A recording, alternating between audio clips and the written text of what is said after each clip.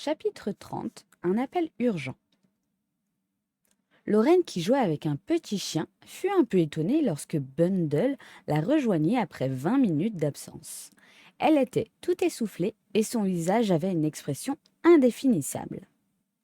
Ouf, dit-elle en se laissant tomber sur une chaise. Ouf. Qu'est-ce qu'il y a demanda Lorraine en la regardant avec curiosité. C'est Georges Lomax. Georges Lomax. Qu'est-ce qu'il a fait? Il m'a fait une déclaration. C'était affreux. Il balbutiait, il s'égarait au milieu de ses phrases, mais il tenait à continuer. Il avait dû apprendre par cœur ce qu'il voulait me dire et, malheureusement, moi, je ne savais pas de réponse. Pourtant, vous devriez savoir ce que vous aviez l'intention de faire. Bien entendu, je ne compte pas épouser un vieil apoleptique comme Georges. Je veux dire que je ne connaissais pas la réponse correcte qui doit se trouver dans le manuel du savoir-vivre. Je n'ai pu que lui déclarer que j'étais très sensible à l'honneur qu'il me faisait, etc. Mais j'étais si agacée qu'à la fin, j'ai sauté par la fenêtre et je me suis enfuie. Pas possible, Bundle, cela ne vous ressemble pas. Je n'aurais jamais supposé qu'une chose pareille pût se produire. J'avais toujours cru que Georges Lomax ne pouvait pas me souffrir et c'était la vérité. Voyez-vous, Lorraine, il est toujours dangereux de prétendre s'intéresser à la manie d'un homme. Vous auriez dû l'entendre parler de mon jeune esprit et du plaisir qu'il aurait à le former. Mon esprit, s'il avait pu lire la moitié de ce qui s'y passait, il se serait évanoui d'horreur. Miss Wade ne put s'empêcher de rire. Oh, je sais bien que c'est ma faute, reprit Bundle. Tiens, voilà papa qui se cache derrière les rhododendrons. Oh là, papa! Lord Caterham s'approcha d'un air malheureux. Lomax est-il parti? Demanda-t-il avec une cordialité un peu forcée. Tu m'as mise dans une jolie situation, déclara sa fille. Georges m'a dit qu'il avait eu ton autorisation et ton approbation pleine et entière. Eh bien, répliqua Lord Caterham, que pensais-tu que j'aurais pu lui dire? D'ailleurs, mes paroles n'ont, ni de près ni de loin, ressemblé à celles que tu me rapportes. Je n'ai pas cru cela, en effet, riposta Bundle. J'ai supposé que Georges t'avait attiré dans un coin et t'avait complètement anéanti. C'est à peu près ce qui s'est passé. Comment a-t-il pris ta réponse? Mal? Je n'ai pas attendu pour m'en assurer. J'ai même peur d'avoir été un peu brusque. Oh, dit Lord Caterham. Peut-être cela a-t-il été préférable. Lomax ne viendra peut-être plus continuellement me trouver ici comme il en avait l'habitude, pour me tourmenter au sujet de questions multiples. Tout est donc pour le mieux. Une petite partie de golf calmerait mes nerfs. Venez, Lorraine, dit Bundle. L'heure qui suivit s'écoula dans la paix et tous trois étaient d'excellente humeur lorsqu'ils retournèrent vers le château. Une lettre était posée sur la table du vestibule.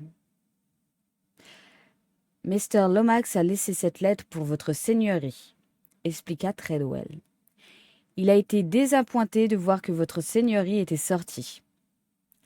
Lord Caterham déchira l'enveloppe, lut la lettre, poussa un gémissement et se tourna vers sa fille. Treadwell avait disparu. Vraiment, Bundle, tu aurais bien pu t'expliquer plus clairement. Que veux-tu dire? Lis ceci. La jeune fille prit la lettre et lut. Mon cher Caterham, je suis désolée de ne pas vous avoir revu. Je croyais pourtant vous avoir fait comprendre que je désirais encore vous parler après mon entretien avec Aileen. La chère enfant ne se doutait absolument pas des sentiments qu'elle m'inspirait et je crains qu'elle n'ait été très émue. Je n'ai pas le désir de la brusquer. Sa juvénile timidité était extrêmement séduisante et mon estime pour elle s'en est énormément accrue, car j'apprécie vivement sa réserve virginale. Il faut que je lui donne le temps de s'accoutumer à cette idée. Sa confusion me prouve que je ne lui suis pas complètement indifférent et je ne doute en aucune façon de sa réponse définitive. Croyez-moi, mon cher Caterham, sincèrement à vous. Georges Lomax. Mon Dieu! Fit Bundle qui n'avait plus de voix. Mon Dieu!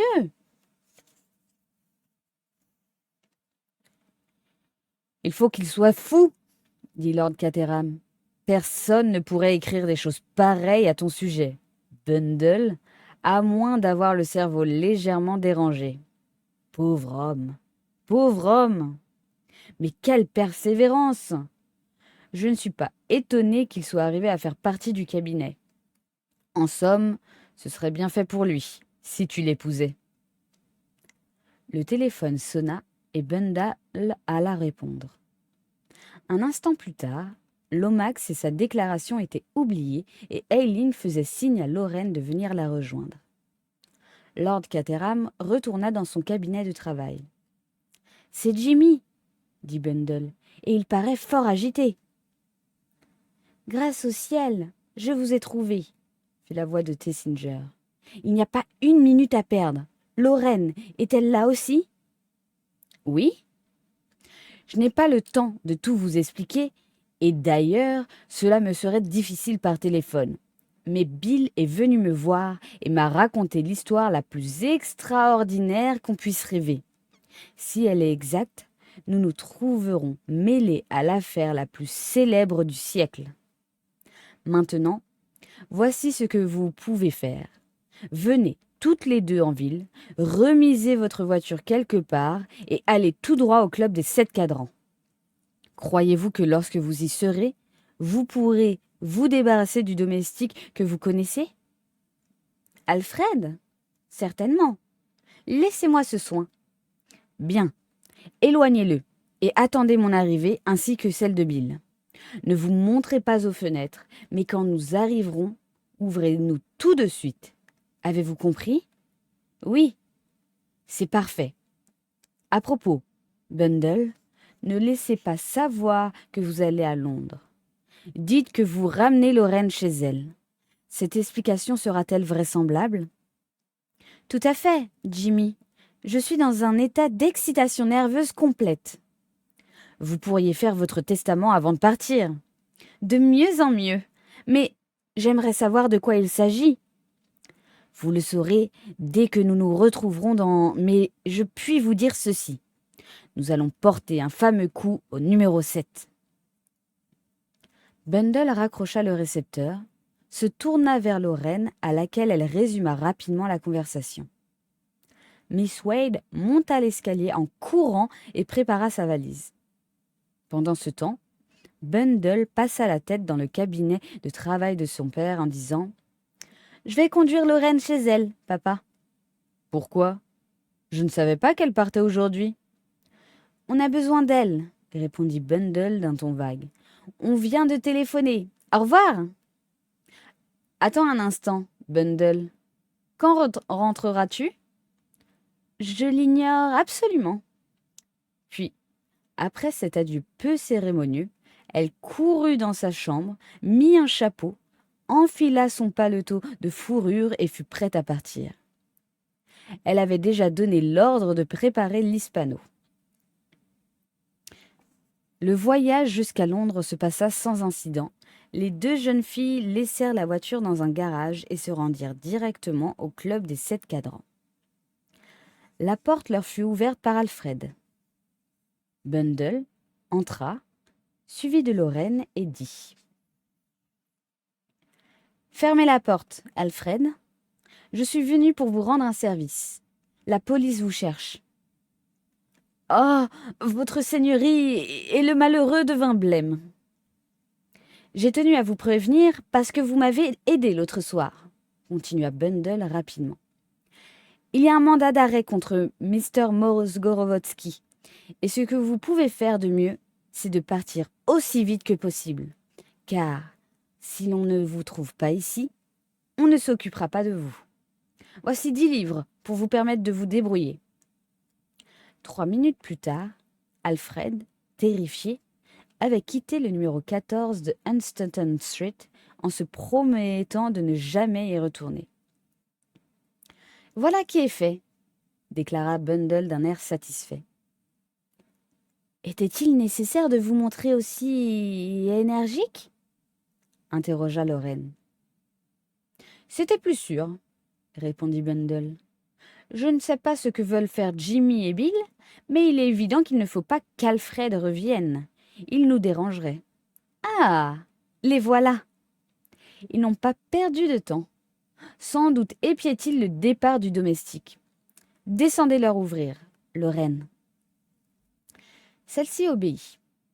Jimmy Tessinger bondit hors de l'automobile en disant « Attendez-moi un peu, Bill, et cornez si vous apercevez que quelqu'un surveille la maison. » Puis, il gravit en courant les marches du perron et referma la porte derrière lui. Il avait le visage frais et joyeux. « Hola, Bundle, vous voilà. Il faut que nous agissions. Où est la clé de la pièce dans laquelle vous avez pénétré la dernière fois ? » C'était une des clés du rez-de-chaussée. Nous ferions mieux de les prendre toutes. Vous avez raison, mais ne tardez pas, car nous n'avons pas de temps à perdre. La clé fut facilement trouvée. La porte matelassée tourna sur ses gonds et tous trois pénétrèrent dans la pièce. Celle-ci était exactement dans l'état où Bundle l'avait vue auparavant et les 7 chaises étaient toujours groupées autour de la table. Jimmy regarda autour de lui pendant quelques minutes sans prononcer un mot, puis ses yeux se portèrent sur les 2 placards. « Indiquez-moi celui dans lequel vous vous étiez caché, Bundle. »« Celui-là. » Jimmy se dirigea de ce côté et ouvrit la porte du placard dont les étagères étaient toujours couvertes de verreries. « Il va falloir déménager tout cela, » murmura-t-il. « Allez vite chercher Bill. Lorraine, il n'y a aucune nécessité pour qu'il continue à monter la garde dehors. » Lorraine partit. « Qu'allez-vous faire ? » demanda Bundle avec impatience. Jimmy s'était agenouillé et cherchait à voir à travers les fentes de l'autre placard. « Attendez l'arrivée d'Eversgley et vous saurez tout, » dit-il. « Cette affaire a été organisée, et joliment bien organisée, par lui. Tiens, pourquoi Lorraine monte-t-elle l'escalier comme si le diable était à ses trousses ? » En effet, la jeune fille courait follement et elle entra le visage livide, les yeux emplis d'effroi en criant « Ah, Bundle, Bill, Bill ! Qu'y a-t-il » Tessinger la saisit par l'épaule en demandant « Au nom du ciel, Lorraine, que s'est-il passé ?» La jeune fille haletait toujours. « Je crois qu'il est mort. Il est dans la voiture, mais il ne bouge ni ne parle. Je suis sûre qu'il est mort. » Jimmy poussa un juron et se précipita vers l'escalier, suivi de Bundle dont le cœur battait à grands coups irréguliers et qui se sentait envahi d'un sentiment de désespoir. « Bill ? Mort ? Oh non, non, non, pas cela !» Eileen et Jimmy atteignirent l'automobile suivis de Lorraine. Tessinger regarda sous la capote. Bill était assis comme il l'avait laissé, mais il était renversé en arrière, les yeux fermés. Tessinger le tira par le bras sans obtenir de réponse. « Je ne comprends pas, » marmotta-t-il. « Cependant, il n'est pas mort. Remettez-vous, Bundle. Il faut que nous le lui portons dans la maison en souhaitant qu'aucun policeman ne paraisse. Si quelqu'un nous interroge, nous dirons que c'est un ami qui s'est trouvé malade. » Il parvint à faire entrer Bill sans difficulté et sans attirer d'autre attention que celle d'un ivrogne qui déclara « Je vois que monsieur a bu d'un coup de trop » en hochant la tête avec sagacité. « Portons-le dans le petit salon du fond, » proposa Jimmy. « Il y a un divan. Ils étendirent Bill. Bundle s'agenouilla auprès de lui et prit son poignet inerte entre ses mains. Son pouls bas, dit-elle. Qu'est-ce qu'il a? Il se portait très bien quand je l'ai quitté, affirma Jimmy. Je me demande si quelqu'un ne lui ait pas injecté un poison. C'est assez facile. Il suffit d'une simple piqûre et un homme a pu s'approcher de lui sous prétexte de lui demander l'heure. Il n'y a qu'une chose à faire, il faut que j'aille chercher un médecin, rester auprès de lui. Il se dirigea vivement vers la porte, puis s'arrêta en disant « N'ayez pas peur, cependant, il vaut mieux que je vous laisse mon revolver en cas... Je reviendrai aussi vite que possible. » Il posa l'arme sur la petite table près du divan, sortit et on entendit la porte d'entrée claquer derrière lui. La maison demeura très silencieuse et les deux jeunes filles restèrent auprès de Bill dont Bundle continuait à tâter le pouls. Celui-ci paraissait battre vite et irrégulièrement. « Je voudrais bien pouvoir faire quelque chose, » murmura-t-elle à Lorraine. Miss Wade acquiesça d'un signe et répondit. « C'est vrai, il semble que Jimmy est parti depuis un siècle et pourtant, il n'y a qu'une minute et demie. » « J'entends du bruit, » dit Bundle. « Des pas, des craquements sur les marches de l'escalier, et je sais que ce n'est pas que de l'imagination. » « Je me demande pourquoi Jimmy nous a laissé son revolver, » dit Lorraine. « Il ne peut cependant pas y avoir des dangers. » « Les criminels ont bien atteint Bill, » commença Bundle qui s'arrêta. Lorraine frissonna et murmura. « C'est vrai, mais nous sommes à l'intérieur de la maison. Personne ne peut y entrer sans que nous l'entendions. D'ailleurs, nous avons le revolver. » Bundle regarda de nouveau Bill et répéta. « Je voudrais faire quelque chose. Ne donne-t-on pas du café chaud aux personnes qui sont empoisonnées ? » « J'ai un flacon de sel dans mon sac, » dit Lorraine, « et aussi du cognac. Mais où est-il donc ? J'ai dû le laisser là-haut. »« Je vais le chercher, » dit Bundle. Elle monta rapidement l'escalier, traversa la salle de jeu et entra dans la pièce où se réunissaient les 7 cadrans. Le sac de Lorraine était posé sur la table. Au moment où Bundle étendait le bras pour le prendre, elle entendit un bruit derrière elle. Un homme se cachait dans l'enfoncement de la porte, un sac de sable à la main, et, avant même que la jeune fille eût pu tourner la tête, il l'avait frappée. Bundle poussa un faible gémissement et tomba sans connaissance. Chapitre 31. Les 7 cadrans. Bundle revint à elle très lentement. Elle a eu la sensation de se trouver dans une obscurité profonde et d'éprouver une douleur aiguë que ponctuaient les intonations d'une voix familière qui répétait sans cesse les mêmes mots. L'obscurité s'atténua et la douleur se localisa dans la tête de Bundle qui reprit suffisamment conscience pour trouver intéressantes les paroles que prononçait la voix. « Chérie, Bundle, chérie, oh, ma chérie, elle est morte, je suis sûre qu'elle est morte. Oh, ma chérie, Bundle, ma chérie, je vous aime tant, chérie, chérie. » Bundle demeurait immobile, les yeux fermés, mais elle était complètement revenue à elle. Bill la serrait dans ses bras en répétant « Bundle, chérie, mon cher amour, que vais-je faire? Oh, ma Bundle, je l'ai tué, je l'ai tué !» La jeune fille murmura doucement « Mais non, grand serin !» Bill sursauta et s'écria « Bundle, vous êtes vivante ?»« Bien entendu. Quand avez-vous repris connaissance ? » ?»« Il y a environ 5 minutes. Je n'en avais pas envie, je m'amusais beaucoup. »« Comment ? » ?»« Ce que vous me disiez m'était agréable, car vous ne le répétez jamais aussi bien. Vous êtes beaucoup trop timide. » Bill était devenu cramoisi. Bundle, murmura-t-il. Vraiment, cela ne vous a pas déplu? Je vous aime tant et depuis si longtemps, mais je n'ai jamais osé vous le dire. C'est ridicule. Pourquoi?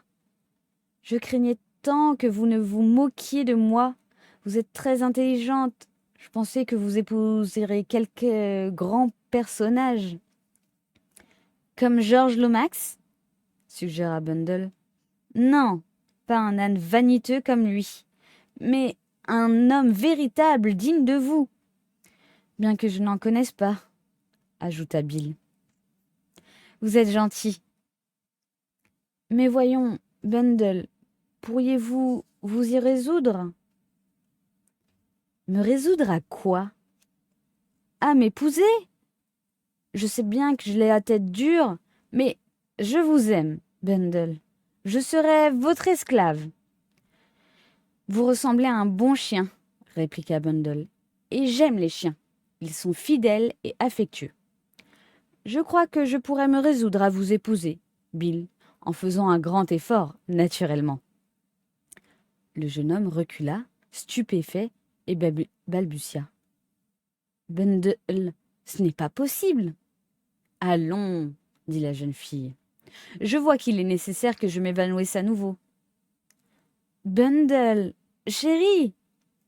Bill la prit dans ses bras, il tremblait violemment. Bundle, est-ce vrai? Vous ne savez pas combien je vous aime. Oh, Bill! Il est inutile de rapporter en détail la conversation qui se continua pendant les 10 minutes suivantes, car elle ne composa guère que des répétitions. M'aimez-vous vraiment? Demanda Bill avec incrédulité pour la 20e fois. Oui, oui, oui. Mais maintenant, soyons raisonnables. Ma tête me fait toujours mal. Pourtant, je voudrais comprendre ce qu'il s'est passé. Où sommes-nous et qui y a-t-il? Tout en achevant ces mots, Bundle commença, pour la première fois, à regarder autour d'elle. Il se trouvait dans la chambre secrète. La porte matelassée était fermée. Mais était-il donc prisonnier? Bundle interrogea Bill des yeux, mais celui-ci, sans accorder aucune attention à ses questions, la contemplait d'un air d'adoration. « Bill, mon ami, ressaisissez-vous. Il faut que nous sortions d'ici. »« Comment? Quoi? Ah, oui! Ça sera très facile. »« C'est l'amour qui vous donne cette impression, » déclara Bundle. « Je l'éprouve aussi. Il me semble que tout est simple et facile. »« Mais c'est exact, » répondit Bill. « À présent que je sais que vous m'aimez... »« Chut !» s'écria sa fiancée. « Si nous reprenons ce sujet, il n'y aura plus de conversation possible, et si vous ne redevenez pas raisonnable, je changerai probablement d'avis. »« Je ne vous le permettrai pas, » dit Bill. « Croyez-vous que je consentirai à vous perdre ? » « Voyons, Bill, comment allons-nous sortir de cette pièce ? » « Je vous répète que cela ne souffrira aucune difficulté. » Il s'interrompit parce que Bundle lui serrait la main d'un air significatif. Elle s'était penchée en avant et elle écoutait avec attention. Non, elle ne s'était pas trompée. Un pas se faisait entendre dans la pièce extérieure. La clé fut introduite dans la serrure et tournée. La jeune fille retint sa respiration. Était-ce Jimmy qui venait les délivrer? Ou était-ce quelqu'un d'autre? La porte s'ouvrit et Mr. Mosgorowodsky, l'homme barbu, parut sur le seuil. Bill fit un pas en avant et lui dit rapidement. « Il faut que je vous parle en particulier pendant un instant. » Le Russe ne répondit pas tout de suite. Il caressa sa longue barbe soyeuse en souriant, puis il dit enfin. « Ah, j'ai compris. C'est parfait. Mademoiselle voudra bien me suivre? »« Obéissez, Bundle, » fit Bill. « Il ne vous fera fait aucun mal. Je sais de quoi il s'agit. » Lady Eileen se leva docilement, Le ton d'autorité qu'avait pris Eversgley lui paraissait nouveau. Il paraissait absolument sûr de lui, certain d'être en mesure de faire face à leur situation, et la jeune fille se demanda ce que cela signifiait. Elle sortit donc de la pièce, suivie du Russe qui ferma la porte à clé derrière lui, puis il lui montra l'escalier en disant « De ce côté, je vous prie ». Bundle monta donc à l'étage au-dessus où elle fut introduite dans une petite pièce assez misérable qu'elle supposa avoir été la chambre d'Alfred. Mosgorovodsky dit alors « Veuillez attendre ici sans faire de bruit ». Puis il se retira et Bundle entendit la clé tourner dans la serrure. Elle s'assit sur une chaise. Sa tête était toujours très douloureuse et elle se sentait incapable d'un effort cérébral soutenu. Bill paraissait si sûr de lui que tôt ou tard, quelqu'un viendrait la délivrer. Les minutes s'écoulèrent, la montre d'Eileen s'était arrêtée, mais elle estima qu'il y avait plus d'1 heure que le Russe l'avait amenée là. Que se passait-il? Que s'était-il passé? Elle perçut enfin un bruit de pas sur l'escalier. C'était Mosgorovodsky qui lui dit d'un ton cérémonieux. « Lady Eileen Brent, vous êtes priée d'assister à une réunion extraordinaire de la Société des 7 cadrans. Veuillez donc me suivre. » Il précéda Bundle dans l'escalier, ouvrit la porte de la chambre secrète et s'effaça pour laisser entrer la jeune fille qui sursauta.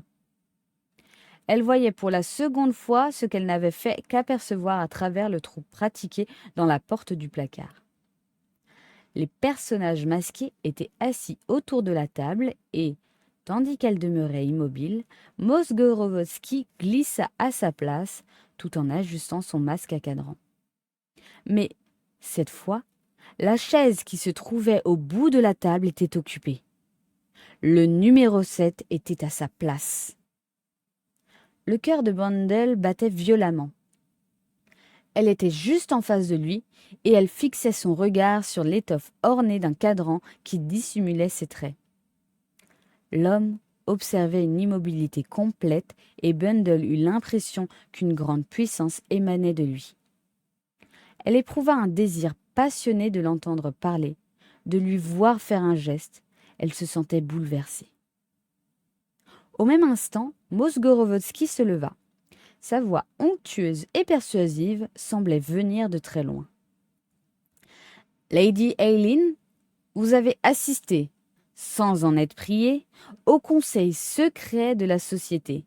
Il est, par conséquent, nécessaire que vous soyez mis au courant de notre but et de nos projets. Vous pouvez remarquer que la place réservée au numéro 2 est vacante. Elle vous est offerte. » Bundle haletait car il lui semblait vivre un cauchemar fantastique. Était-il possible qu'on lui demandât, à elle, Eileen Brent, de s'affilier à une association de meurtriers? La même question avait-elle été faite à Bill et l'avait-il repoussée avec indignation? « Je ne puis accepter, » répondit-elle sèchement. « N'agissez pas trop précipitamment, » répliqua Mosgorovodsky. Et il sembla à la jeune fille qu'il souriait sous son masque. « Vous ne savez pas encore ce que vous refusez, Lady Eileen, » reprit-il. « Je le devine, » répliqua Bundle. « Vraiment ?» Ce dernier mot avait été prononcé par 7 heures, dont la voix éveilla comme un écho dans la mémoire de Bundle. Où l'avait-elle déjà entendu? Le numéro 7 leva lentement la main et commença à dénouer les cordons de son masque. Lady Eileen retint sa respiration. Elle allait enfin savoir. Le masque tomba et Bundle se trouva face à face avec le visage immobile et sans expression du surintendant Battle.